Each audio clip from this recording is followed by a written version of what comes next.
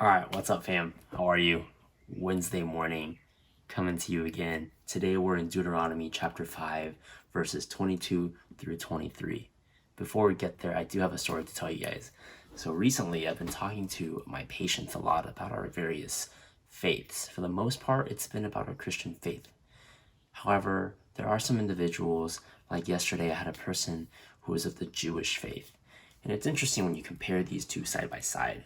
So I was asking him a little bit about Passover week, a little bit about how they celebrate, commemorate their time coming out of Egypt, and how they choose to follow in those traditions, especially in these times when tradition gets thrown out the window because you can't physically be with one another. And he told me, you know what? Honestly, at the end of the day, as long as you respect what God is doing for you, as long as you live modestly, knowing that what you have comes from God and what you're about to have is also coming from God, that's all that matters. It's not about some of these rituals and things, and as much as it is, those things are to help you commemorate God's presence in your life. And I thought about that and I thought, wow, that's really interesting because I know there's a lot of this ritualistic tradition steeped into their culture, and I think about our faith, right? Thinking about our faith and our respect for what God is saying to us. If you look at today's passage, right, it talks about how the Israelites are a little bit reverent, fearful, respectful together. They're fearful and respectful of God's word. They told Moses, look, God has shown his majesty to us. That's a bit scary because this is kind of literally awesome. And can you be the one to handle that and just tell us? It's not that we don't want to hear from him. It's just we are so respectful of this that we think only you can do it and that we're not worthy to. And when God heard this, he was like, wow, this is great. I love that my people are so reverent of what I say.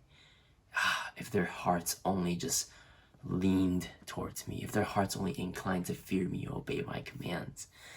And to me, I'm looking at Elliot. A lot of times I'm trying to teach him between sort of right and wrong, or what God says is favorable and what God says isn't. This attitude, right? Not to hit things, not to hit me. And at times I just think, oh my gosh, Elliot, if only you can hear me. Not like hear what I say, no, like if only you can hear what I'm saying. And I think it's somewhat similar to this, right? I think God has the same type of heart for us, that fatherly heart where he's thinking, gosh, I just want you to be able to hear what I'm saying to you. And I just hope that you can draw your heart close to me because that's all I want for you, that you and your children, things will go well for y'all forever. And so for me, I'm thinking, man, this idea of active rest from yesterday's Sabbath and this idea of really hearing what God is trying to say really come hand in hand. Because when we rest in God, that's the time when we get to really hear what he has to say, be with him, and see things from his perspective, you know? And so to me, I think it's so cool how